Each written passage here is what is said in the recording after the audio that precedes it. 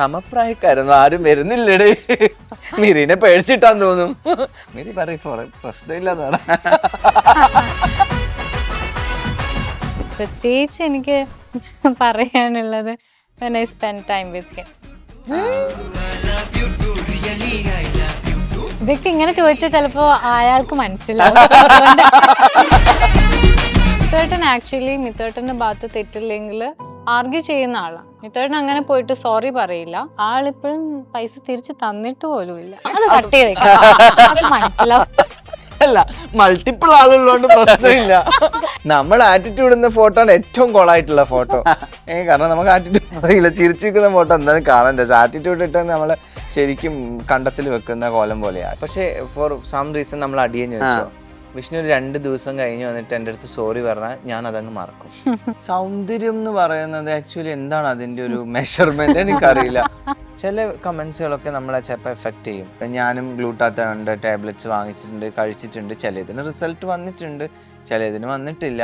മിറീന്റെ അമ്മയും അച്ഛനും, അമ്മ ജോലി ചെയ്യുന്നത് ബീഡി തൊഴിലാളിയാണ്. അതൊന്നും പിന്നെ അതിന്റെ അടുത്ത് പോവില്ല, ഡാ വരെ എത്തൂല ചിലപ്പം. പിന്നെ മിറി അങ്ങനത്തെ ടോപ്പിക് ഒന്നും സംസാരിക്കും. പിന്നെ എന്റെ അടുത്ത് കൂടിയിട്ട് കുറച്ച് വടക്കായി പോയി. കാലം പോകെയാണ് ഈഗോ ഇല്ലാത്ത അവസ്ഥ ഉണ്ടായത്. എനിക്ക് പണ്ടേ ഇല്ല, ഒരാളെടുത്തും ഇപ്പൊ അവരുടെ ഭാഗത്താണ് തെറ്റെങ്കിൽ പോലും അവിടെ പോയി സോറി പറഞ്ഞ് നിന്നിട്ടുണ്ട്. എന്റെ ഒരു ഇത് ബെസ്റ്റ് ക്വാളിറ്റി ആണോ ബാഡ് ക്വാളിറ്റി ആണോ എന്ന് എനിക്കറിയില്ല. എന്റെ ഒരു പ്രശ്നം എന്താ അറിയോ, ഇപ്പം വിഷ്ണു ഇപ്പൊ എന്റെ അടുത്ത് കുറെ അടി കഴിഞ്ഞു വിചാരിച്ചോ, നല്ല കണക്ഷൻ. പക്ഷെ ഫോർ സം റീസൺ നമ്മൾ അടി കഴിഞ്ഞു വിചാരിച്ചോ, വിഷ്ണു ഒരു 2 ദിവസം കഴിഞ്ഞ് വന്നിട്ട് എന്റെ അടുത്ത് സോറി പറഞ്ഞാൽ ഞാൻ അതങ്ങ് മറക്കും. അതൊരു ബാഡ് ക്വാളിറ്റിയാണ്. ഞാൻ മറക്കും. അത് ആക്ച്വലി ഞാൻ ഓർമ്മിപ്പിക്കാൻ ഞാനുണ്ട്. പക്ഷെങ്കിൽ ഞാൻ മറക്കുന്ന ചെയ്യും ഞാൻ. പക്ഷെങ്കിൽ അത് റീവൈൻഡ് ബോണ്ട് ഉണ്ടല്ലോ, ആ ബോണ്ട് ഉണ്ടല്ലോ ബ്രേക്ക് ആയ, അത് ചിലപ്പം തിരിച്ചു വരില്ല.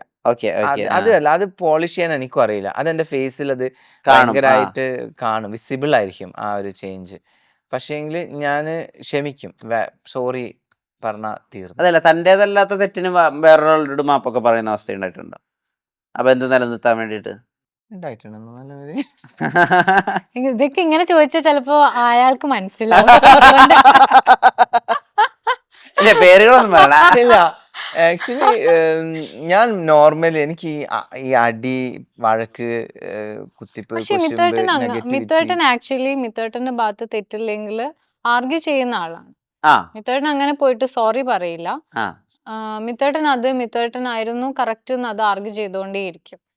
അത് ക്ലിയർ ചെയ്യും. യെസ്, ലാസ്റ്റ് ആളെ കൊണ്ട് സോറി പറയിപ്പിക്കും. അങ്ങനെ എനിക്ക് തോന്നുന്നു പാഞ്ചാലിയിൽ എനിക്ക് അങ്ങനെ 2-3 ഇൻസിഡന്റ് ഉണ്ടായിട്ടുണ്ട്. നമ്മൾ ആക്ച്വലി ഒരു ബിസിനസ് റൺ ചെയ്യുമ്പോൾ ഓഫ് കോഴ്സ് നമ്മൾ നല്ല കസ്റ്റമേഴ്സും ഉണ്ടാവും, ചില ആൾക്കാർ നമ്മളെ കംപ്ലൈന്റ് ചെയ്യുന്ന കസ്റ്റമേഴ്സും ഉണ്ട്. അത് ഹാൻഡിൽ ചെയ്യാൻ തന്നെ ഇരിക്കണം. അത് ഹാൻഡിൽ ചെയ്യാൻ ബെസ്റ്റ് മിത്തേട്ടനാണ്. കാരണം ഒരു കസ്റ്റമർ ഇങ്ങനെ വന്നു കഴിഞ്ഞാൽ ഇങ്ങനെ പോകുന്ന കസ്റ്റമേഴ്സ് ഉണ്ട്. മിത്തേട്ടൻ സംസാരിച്ചാൽ നമ്മൾ ആര് സംസാരിച്ചാലും ചിലപ്പോ ഇങ്ങനെ നിൽക്കും. മിത്തേട്ടൻ സംസാരിച്ചാൽ ചിലപ്പോ ആള് കൂളായിട്ട് okay that was my mistake പോയിട്ടുള്ള കസ്റ്റമേഴ്സ് ഉണ്ട്. അല്ലാത്ത കുറെ ആൾക്കാരുണ്ട് നമ്മുടെ ഇൻസ്റ്റഗ്രാമിലൊക്കെ DM-ൽ വന്നിട്ട് ഭയങ്കരമായിട്ട് പറയുന്ന ആൾക്കാരൊക്കെ ഉണ്ടാവുമല്ലോ. കമന്റിലൂടെ ഇടുന്ന ആൾക്കാര്, DM മെസ്സേജിലൂടെ അയക്കുന്ന ആൾക്കാര്, അങ്ങനത്തെ കുറേ ആൾക്കാരെ കൊണ്ട് ഞാൻ സോറി പറയിപ്പിച്ചിട്ടുണ്ട്. കുറെ. എങ്ങനെ ഭീഷണിപ്പെടുത്തിയിട്ടാണോ? ഒരിക്കലുമില്ല. ഞാൻ പറഞ്ഞില്ല, ഞാൻ ഒരാളെയും ഭീഷണിപ്പെടുത്തുക, അല്ലെങ്കിൽ ഒരാളെ തെറി വിളിക്കുക, ഒരാളോട് മോശമായിട്ട് പെരുമാറുക, അങ്ങനത്തെ ഒരു സാധനം എൻ്റെ അജണ്ടയിലില്ല. എനിക്ക് ദൈവം ഭയങ്കരമായിട്ട് പേഷ്യൻസ് തന്നിട്ടുണ്ട് തോന്നുന്നു. പക്ഷേ ഞാൻ വോയിസ് റേസ് ചെയ്ത് ഒരിക്കലും ഒരാളോട് സംസാരിച്ചിട്ടില്ല. മിത്തോട് വളരെ നോർമൽ ആയിട്ട് സംസാരിക്കും. പക്ഷെ നേരെ ഇവിടെ എത്തും.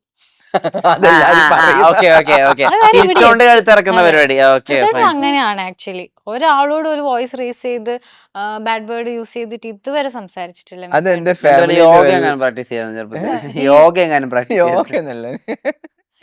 എനിക്കൊന്ന് എന്റെ ഫാമിലിയിലും കുറെ ആൾക്കാർ പറയും മിത്തു തന്നെ എല്ലാരും വിളിക്കുന്നത് വീട്ടിലൊക്കെ.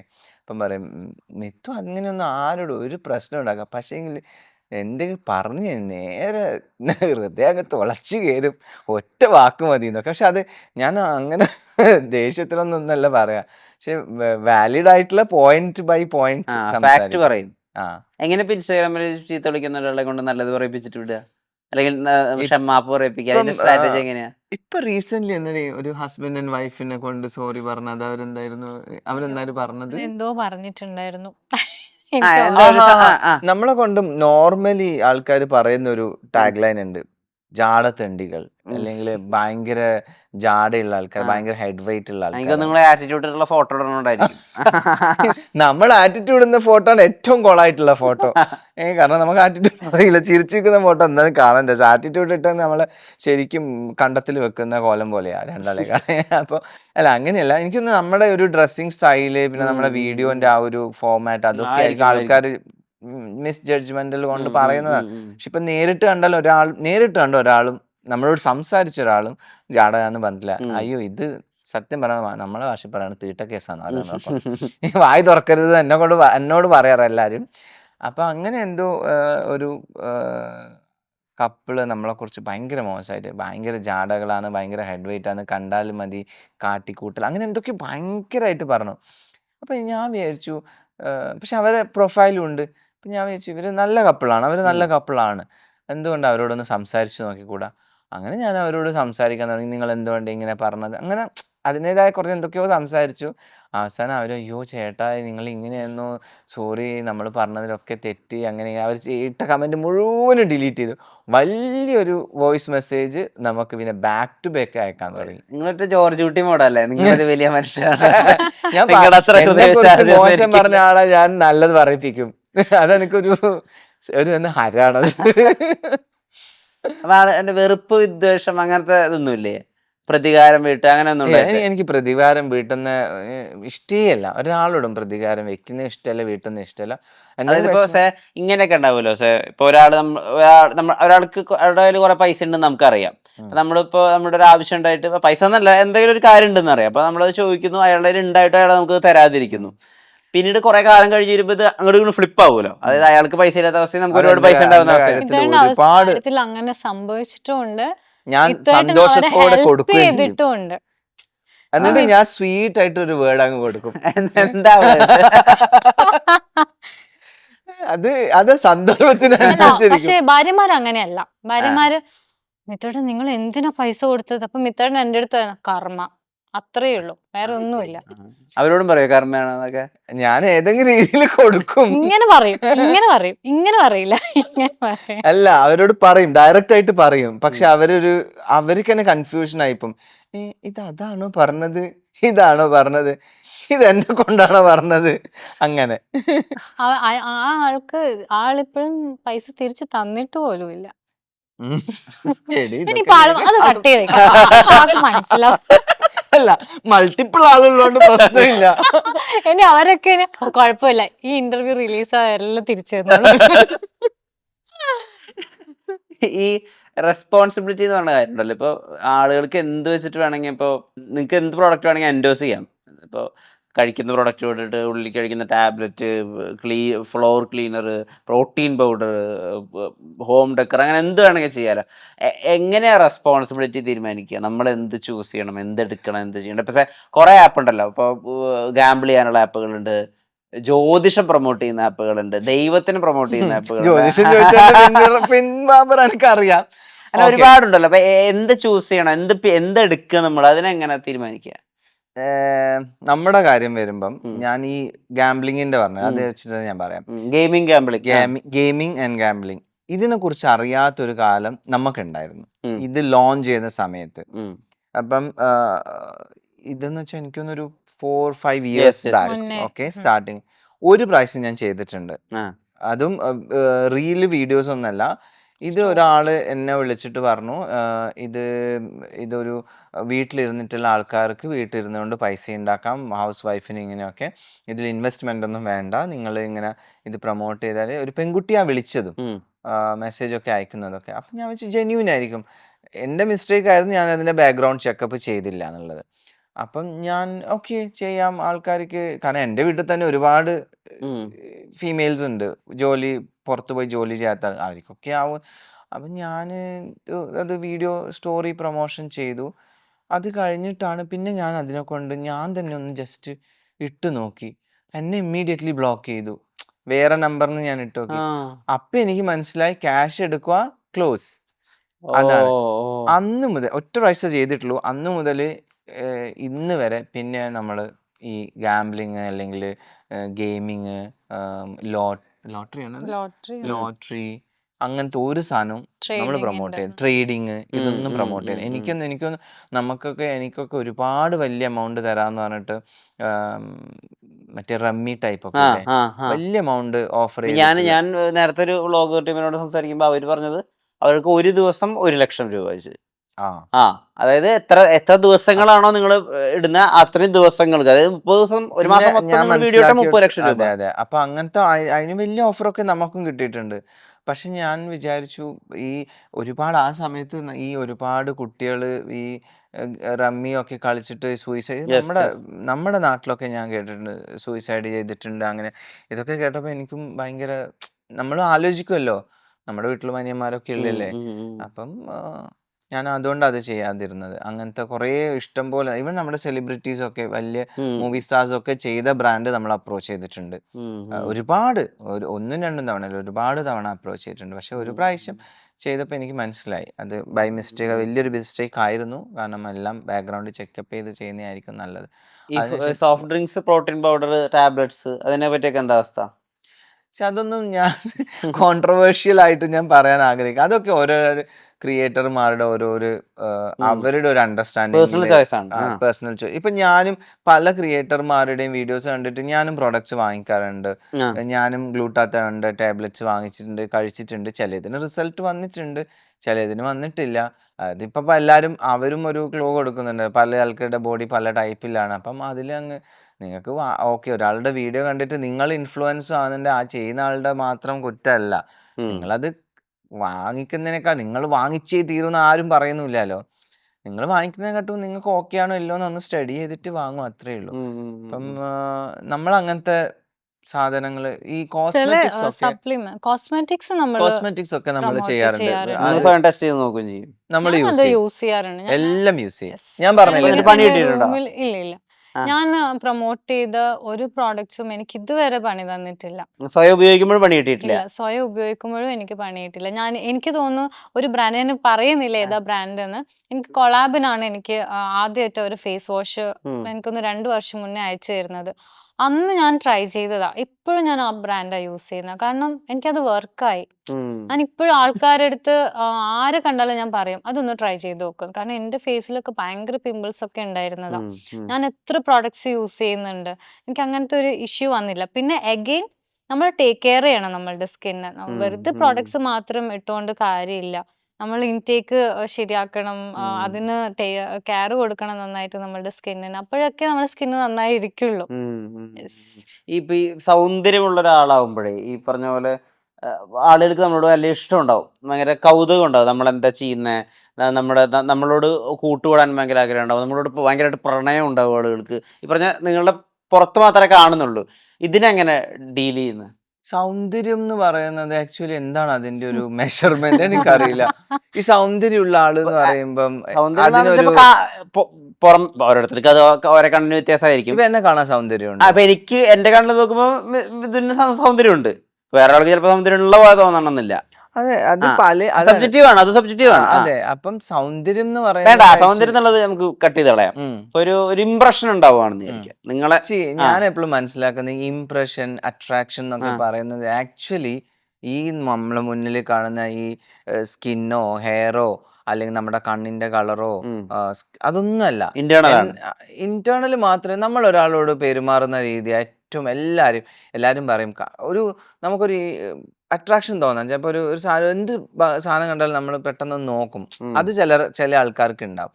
അല്ലാതെ നമുക്കൊരാൾ ഇഷ്ടപ്പെടണമെങ്കിൽ ബേസിക്കലി ഈ സൗന്ദര്യമല്ല. ഒരാളും സൗന്ദര്യം കണ്ടിട്ട് സ്നേഹിക്കുന്ന ആൾക്കാരുണ്ടോ?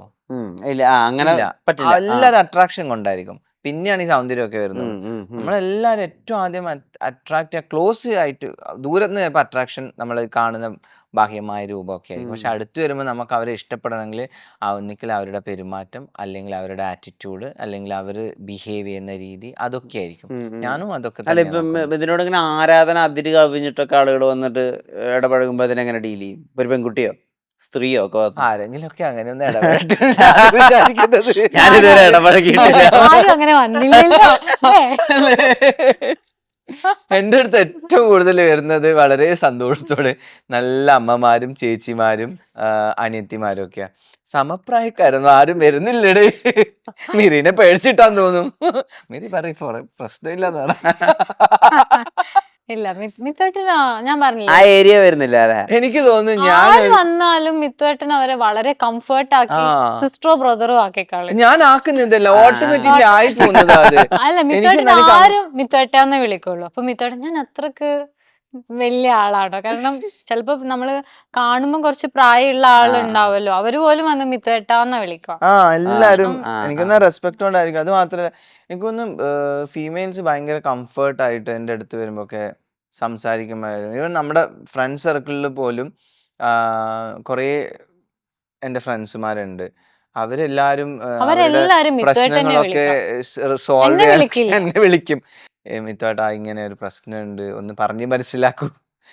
എനിക്കൊന്ന് അവരുടെ ഒരു ഗുഡ് ബോയ് അല്ലെങ്കിൽ Yes, ഒരു yes. കൗൺസിലറാ, അങ്ങനെ ഒരു യോഗിയായിട്ടാണ് തോന്നുന്നു. ഈ സോഷ്യൽ മീഡിയയിൽ വന്നതിന് ശേഷമുള്ള ബാക്ക്ലാഷും കൂടി ഉണ്ടല്ലോ. ഈ സെലിബ്രിറ്റി ആകുമ്പോൾ പബ്ലിക് പ്രോപ്പർട്ടി എന്നുള്ള രീതിയിൽ അവർ പലപ്പോഴും പരിഗണിക്കണേ. നിങ്ങളുടെ എന്തും പറയാം, നിങ്ങളോട് എന്തും കാണിക്കാം. അപ്പോൾ ഇപ്പോൾ കുറേ നേരം നിങ്ങളുടെ പെറ്റ് ഡോഗുമായിട്ടുള്ള വീഡിയോ നിങ്ങൾ പ്രസൻറ്റ് ചെയ്ത് കഴിഞ്ഞാൽ കുട്ടിയെ നോക്കുന്ന പട്ടിയെ നോക്കുന്ന അത്ര പോലും കുട്ടിയെ നോക്കുന്നില്ല എന്നുള്ള രീതിയിലുള്ള കമൻറ്റുകൾ. ഇത് പറയുന്ന ആളുകൾക്ക് ഫണ്ണായിരിക്കും, പക്ഷേ ഇപ്പോൾ നിങ്ങളത് ആ രീതിയിൽ എടുക്കുകയാണെങ്കിൽ കുഴപ്പമില്ല. അല്ലാതെ ഒരേ രീതിയിൽ പെറ്റ് ഡോഗിനെയും മകനെയും ഉപമിച്ച് പറയുമ്പോൾ ഭയങ്കര വിഷമം ഉണ്ടാകുന്ന ആളുകളുണ്ടാവും ചിലപ്പോൾ. ഇങ്ങനത്തെ കമന്റ്സ് ഒക്കെ ഒരു ബുദ്ധിമുട്ടുണ്ടാക്കില്ലേ? ഒരു വിഷമം ഉണ്ടാക്കിയിട്ടില്ലേ? സി നമ്മൾ എത്ര സ്ട്രോങ് ആണെന്ന് പറഞ്ഞാലും എത്ര പോസിറ്റീവായെന്ന് പറഞ്ഞാലും ചില മൊമെന്റ്സ് ഉണ്ടാവും. നമ്മുടെ ഇപ്പം ഫീമെയിൽസിനായാലും മെയിൽസിനായാലും നമ്മുടെ ശരീരത്തിൽ ഒരുപാട് ഹോർമോൺസ് ഉള്ളതാണ്. അതിന് ഏറ്റക്കുറച്ചിലുകളും ഉണ്ടാവും. സ്പെഷ്യലി ഫീമെയിൽസിൻ്റെ കാര്യം, അവരുടെ മന്ത്ലി സൈക്കിൾ വരുമ്പോൾ അവർ ഭയങ്കര ലോ ആവും. അവരുടെ ഹോർമോണൽ ഇംബാലൻസ് ഉണ്ടാവും. അവർക്ക് വരുന്ന മാനസിക പ്രശ്നങ്ങൾ. അതേപോലെ തന്നെ നമുക്കും ചില സമയങ്ങളിൽ അവർക്ക് മന്ത്ലി വരുന്നതാണ്. എനിക്കൊന്ന് ജെൻസിൻ്റെ ഹോർമോൺ എടുത്താണെങ്കിൽ എവറി ഡേ ഫ്ലക്ച്വേഷൻ ഉണ്ടാകുന്ന ഏറ്റവും കൂടുതൽ ഉണ്ടാകുന്നത് ജെൻസിനാണ്. അത് ആരും സംസാരിക്കാത്ത ഒരു കാര്യമാണ് ആക്ച്വലി.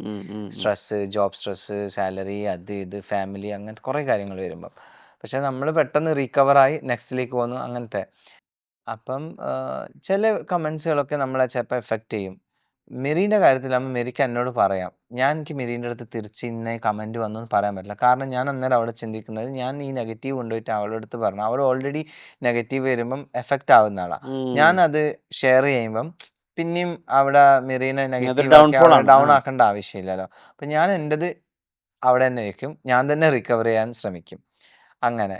അപ്പം ഈ ഡോഗിൻ്റെ ഒക്കെ വന്ന സമയത്ത് ആ ഒരു പോയിന്റിൽ എനിക്ക് തോന്നി അതൊരു സംസാരിക്കേണ്ട ഒരു ടോപ്പിക്കാന്ന് തോന്നിയത് കൊണ്ട്, അല്ലാതെ ഒരു നെഗറ്റീവിന് നമ്മളങ്ങനെ റിയാക്ട് ചെയ്യുക, ആരെങ്കിലും നമ്മളെ വീഡിയോ എടുത്ത് റിയാക്ട് ചെയ്യുമ്പം അതിനെതിരെ വീണ്ടും ഒരു റിയാക്ട് ചെയ്ത് വേറൊരു കണ്ടന്റ് ഇട്ട് പിന്നെ അതൊരു എന്താ പറയണ്ട ഒരു ഗോൾ പോസ്റ്റ് പോലെ ഒരു ഭയങ്കര ട്രെൻഡിങ് ടോപ്പിക്കാക്കി 2 ഗോൾ അവിടെ അടിച്ചു 3 ഗോൾ ഇങ്ങോട്ട് കിട്ടി, പിന്നെ അതൊരു ട്രോഫി കിട്ടുന്നത് വരെ ഇങ്ങനെ പിന്നെ അടുത്ത ടൂർണമെന്റ് വരണം, ഈ ട്രോഫി ഒന്ന് മാറ്റി അങ്ങോട്ടും ഇങ്ങോട്ടും ആർക്ക് കിട്ടി ചെയ്യാൻ.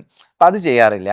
ബട്ട് ഈ ടോപ്പിക്കിൽ ഈ പട്ടീനെ നോക്കി കുട്ടീനെ നോക്കിയില്ല എന്നുള്ള ആ ഒരു സംഭവം വന്നപ്പോൾ എനിക്ക് തോന്നുന്നത് നമ്മൾ ഒരു ആസ് എ ഒരു ന്യൂ ബോൺ പേരൻസ് എന്നുള്ള നിലയിലും നമ്മുടെ ആദ്യത്തെ കുട്ടിയാണ്, യങ് പേരൻസ് എന്ന നിലയിൽ അത് ഒരു സംസാരിക്കേണ്ട ടോപ്പിക്കാണെന്ന് എനിക്ക് തോന്നിയത് കൊണ്ട് റിയാക്ട് ചെയ്തു. കാരണം അതിൽ പറഞ്ഞിരിക്കുന്നത് ഞാനും മിറിയും ഒരു ഈ പെറ്റിൻ്റെ ഒരു ഷോറൂമാണ് ഫെർബീസ് എന്ന് പറയുന്നത്. നമ്മുടെ മിയാന അവിടെയാണ് നമ്മളെല്ലാം ചെയ്യുന്നത്. അപ്പം അവരുടെ ഒരു പുതിയൊരു കൺസെപ്റ്റ് സ്റ്റാർട്ട് ചെയ്തപ്പം പെറ്റ് ഹോട്ടൽ എന്ന് പറഞ്ഞ സംഭവം സ്റ്റാർട്ട് ചെയ്ത് അവർ നമ്മളെയാണ് ഇൻവൈറ്റ് ചെയ്തത് as A special guest inaugurate ചെയ്യാൻ വേണ്ടിയിട്ട്. അപ്പോൾ ഇനോഗ്രേഷന് പോകുന്നു. മിലിയോ മിയോ എന്ന് പറയുന്ന ഭയങ്കര അറ്റാച്ച്മെൻറ്റ് അവർ തമ്മിൽ. ഭയങ്കര നിങ്ങൾ കണ്ടല്ലോ ഭയങ്കര ബോണ്ടാണ് അവർ തമ്മിൽ. അപ്പം മിയനെയും കൂട്ടി മിലിയോനെയും കൂട്ടി. അപ്പോൾ നമ്മൾ കാറിൽ നിന്ന് ഇറങ്ങുന്ന സമയത്ത് ഞാനാണ് ഓൾറെഡി മിലിയോനെ കാറിൽ നിന്ന് ഇറക്കിയതും. പിന്നെ മിയ എന്ന് പറയുന്നത് നമ്മൾ അത്രയും സ്നേഹത്തോടെ വളർത്തുന്ന ഒരു ഡോഗാണ്. അപ്പോൾ അതൊരു വലിയൊരു ഹൈവേ ആണ്. മിയനെ നമ്മൾ നിലത്ത് വിട്ട് കഴിഞ്ഞാൽ അതിന് സ്ഥലങ്ങളും കാര്യങ്ങളും ഒന്നുമല്ല. എവിടെയും ഓടിപ്പോയി കഴിഞ്ഞാൽ നമ്മൾ അത്രയും സ്നേഹത്തോടെ വളർത്തുന്ന പട്ടിക്കുട്ടിക്ക് എന്തെങ്കിലും പറ്റിക്കഴിഞ്ഞാൽ അതൊരു പെറ്റ് ലവറിനും ഒരു പെറ്റ് പേരൻറ്റിനും മാത്രമേ അതിൻ്റെ ഒരു പെയിന് മനസ്സിലാവുള്ളൂ, അല്ലാത്തൊക്കെ മനസ്സിലാവില്ല. എൻ്റെ കുട്ടിക്ക് ബുദ്ധിയുണ്ട്, 4 വയസ്സായി, അവനറിയാം എവിടം വരെ പോകാൻ പറ്റും, നടന്ന് റോഡുമ്മ പോകണോ ഇങ്ങോട്ട് പോകണോ അത് നമ്മൾ പഠിപ്പിച്ച് കൊടുത്തിട്ടുണ്ട്, എവിടേക്ക് നടക്കണം, ആരുടെ അടുത്ത് പോകണം, ആരോട് സംസാരിക്കണം. അപ്പം മിയനെ നമ്മൾ കയ്യിലെടുത്തു, ഇല്ലെങ്കിൽ റോഡിൽ പോകും, ഉറപ്പായിട്ടും പാനിക്കാകും. അതുകൊണ്ട് എടുത്തു.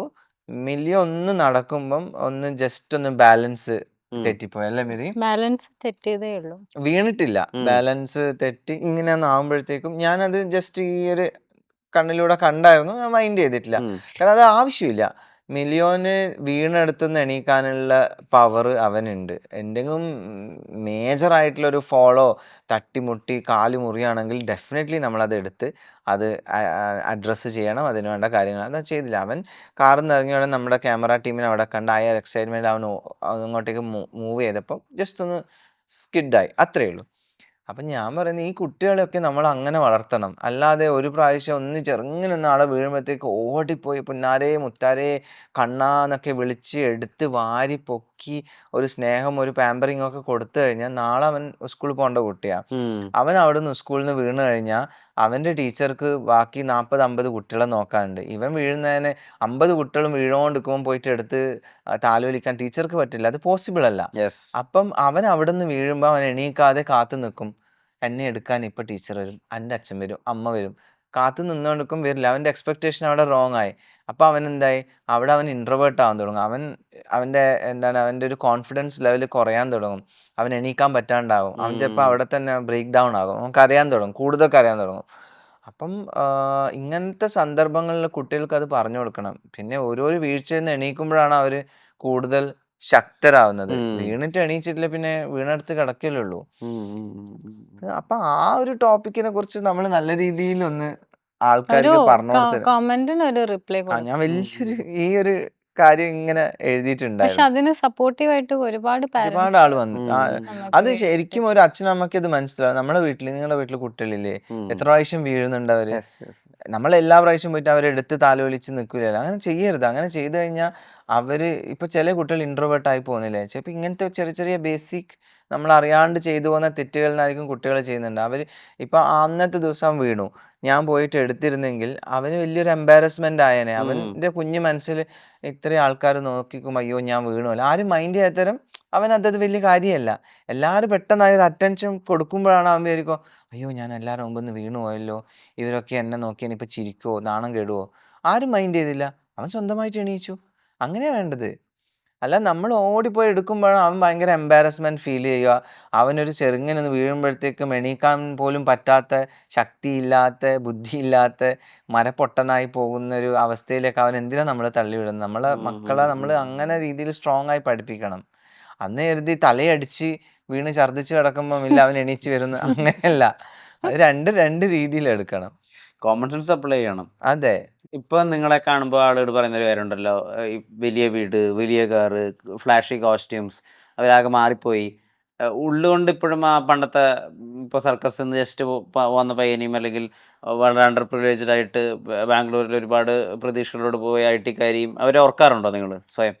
മിറീന്റെ അണ്ടർ പ്രിവിലേജ് എന്ന് പറയുമ്പോൾ മിറീന്റെ അമ്മയും അച്ഛനും, അമ്മ ജോലി ചെയ്യുന്നത് ബീഡി തൊഴിലാളിയാണ്. ബീഡി തൊഴിലാളി എന്ന് പറഞ്ഞാൽ ഇവിടെ നമ്മുടെ കണ്ണൂരിലെ ഏരിയയിലൊക്കെ ബീഡി വർക്കേഴ്സ്, ബീഡി തൊഴിലാളി ഭയങ്കര ഒരു ട്രെൻഡല്ല, ഒരു വലിയൊരു ഉപജീവന മാർഗമായിരുന്നു പണ്ടേ.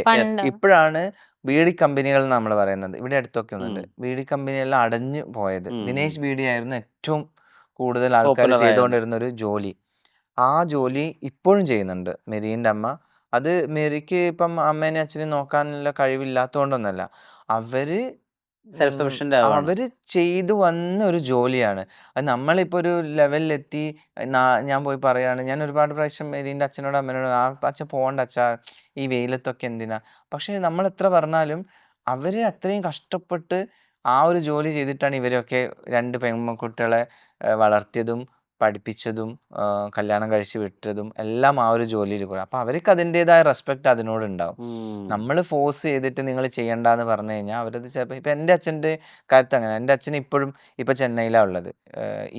ടി നഗറിൽ ഇപ്പം തളിപ്പറമ്പിലായിരുന്നു. ഇപ്പം ഷിഫ്റ്റ് ചെയ്തിട്ട് പോയി, ഇവിടെ വന്നിട്ട് അവനിപ്പം മറ്റന്നാൾ വരും. നമ്മൾ പോകുന്നതുകൊണ്ട് മറ്റന്നാൾ വരും. ഞാൻ ഒരുപാട് കാലമായി പറയുന്നത്, പപ്പ വീട്ടിലിരിക്കില്ല. അത് അവര് വന്ന് സർക്കസ് ആയിട്ട് ഇപ്പോഴും ബൈക്ക് റൈഡിങ് ചെയ്യുന്നുണ്ട്. 4 ആൾ ഒരുമിച്ചിട്ടാണ് ആ ഗ്ലോബിന്റെ ഉള്ളിൽ ചെയ്യുന്നത്. എനിക്ക് കാണാൻ പറ്റില്ല. എനിക്ക് ഭയങ്കര പേടിയാ പപ്പ ഓടിക്കുന്നത് കാണുമ്പോൾ. ഞാനൊരു ദിവസം ഇപ്പൊ റീസെന്റ് പോയി കണ്ടപ്പോൾ എനിക്ക് നോക്കാൻ പറ്റില്ല. ഞാൻ ഇങ്ങനെ കണ്ണ് പൊത്തി നിന്നു. എനിക്ക് ഭയങ്കര ടെൻഷനാ അത് കാണുമ്പം. എനിക്ക് വിഷമവും ആകും, സങ്കടവും ആകും, കരച്ചിലും വരും. ഇതൊക്കെ കാണുമ്പോൾ ഞാൻ വിചാരിക്കും നമ്മളൊക്കെ ഇത്രയും സുഖജീവിതത്തിൽ നിൽക്കുമ്പോൾ പപ്പ എന്താ. പക്ഷേങ്കിൽ നമുക്ക് കുട്ടിയല്ലല്ലോ എന്തായാലും. എന്നെ ഉണ്ടാക്കിയ എൻ്റെ അച്ഛനല്ലേ. നമുക്കെന്താ ചെയ്യാൻ പറ്റുക? അവരുടെ ആ ഒരു മേ ബി ആൾക്കാർ ചിലപ്പം വീട്ടിലിരിക്കുമ്പം ആ ഒരു മനസ്സ് വരുന്നുണ്ടാവില്ലായിരിക്കും. അതൊരു ലൈഫ് സ്റ്റൈൽ അങ്ങനെ ഉള്ളത് കൊണ്ട്. ഇപ്പം മെരീൻ്റെ അച്ഛനും കൂലിപ്പണിയാണ്, ഇപ്പം ചെയ്യുന്നുണ്ട്. ഈ എന്താ ഏറ്റവും സന്തോഷം കിട്ടുന്ന ഒരു മൊമെന്റ്? എന്ത് ചെയ്യുമ്പോഴാണ് ഏറ്റവും ഹാപ്പി ആവുന്നത്? അല്ലെങ്കിൽ എന്തിലാണ് ഏറ്റവും ഹാപ്പിനെസ് കണ്ടുപിടിച്ചിട്ടുള്ളത്? ഞാനെല്ലാം എൻജോയ് ചെയ്യാറുണ്ട്. എനിക്ക് ഫാമിലിയുടെ ഗെറ്റ് ടുഗെദർ ഒക്കെ ഭയങ്കര ഇഷ്ടമാണ്. അതിൽ എനിക്ക് എടുത്തു പറയാനുള്ളത് മെറിയുടെ ഫാമിലി, മെറിയുടെ അച്ഛൻ ഫാമിലി സ്പെഷ്യലി പറയുകയാണെങ്കിൽ ഞാൻ എപ്പോഴും വിചാരിക്കും ഇവരെന്ത് എന്ത് ആൾക്കാരാണ്. അത്രയും എല്ലാ കാര്യങ്ങളും വരുമ്പോൾ ഇവർ ഭയങ്കര ബോണ്ടാണ് ഇവരുടെ ഫാമിലി തമ്മിൽ. എനിക്ക് തോന്നുന്നു ആ ഫാമിലി നമ്മൾ മാത്രമല്ല അവരുടെ ആ ഒരു കൂട്ടത്തിൽ കൂടാത്ത. അത് നമുക്ക് ഇഷ്ടമാണ് പോയിട്ട് ഇരിക്കാനും അവരോട് ടൈം സ്പെൻഡ് ചെയ്യാനൊക്കെ. പക്ഷെ നമ്മളുടെ ഈ ഒരു ജോലി എന്ന് പറയുന്നത് ചില പ്രൊമോഷൻ എറണാകുളത്താണ്, നാളെ തൃശ്ശൂരായിരിക്കും, അല്ലെങ്കിൽ ബാംഗ്ലൂർ ആയിരിക്കും, അല്ലെങ്കിൽ ഷൂട്ട് ഉണ്ടാകും, അല്ലെങ്കിൽ പാഞ്ചാലി, ഇത് നമുക്കൊന്നിനും അങ്ങനെ ഇൻവോൾവ് ചെയ്യാൻ പറ്റില്ല. പക്ഷെ ഇവരുടെ ഫാമിലിയുടെ ഒരു ഇൻവോൾവ്മെന്റ് എന്തെങ്കിലും ഒരു ഫംഗ്ഷൻ വരുമ്പോഴോ അല്ലെങ്കിൽ ഒരു കല്യാണം വരുമ്പോഴോ ഇവരുടെ കംപ്ലീറ്റ് ഫാമിലി ഒരുമിച്ചായിരിക്കും. ഒരു അടിയുമില്ല, ഒരു കുശുമ്പുമില്ല, ഒരു കുത്തിപ്പുമില്ല. എല്ലാ ഫാമിലിയിലും ഉണ്ടാവും ചെറിയ ചെറിയ പൊട്ടലും ചീറ്റലും ഉണ്ടാവും. പക്ഷേ ഇങ്ങനത്തെ എന്തെങ്കിലും ഫംഗ്ഷനോ കല്യാണോ അല്ലെങ്കിൽ ഫെസ്റ്റിവൽസോ ഉത്സവങ്ങളോ വരുമ്പം അതൊന്നും അവിടെ ഒരു വിലയില്ല.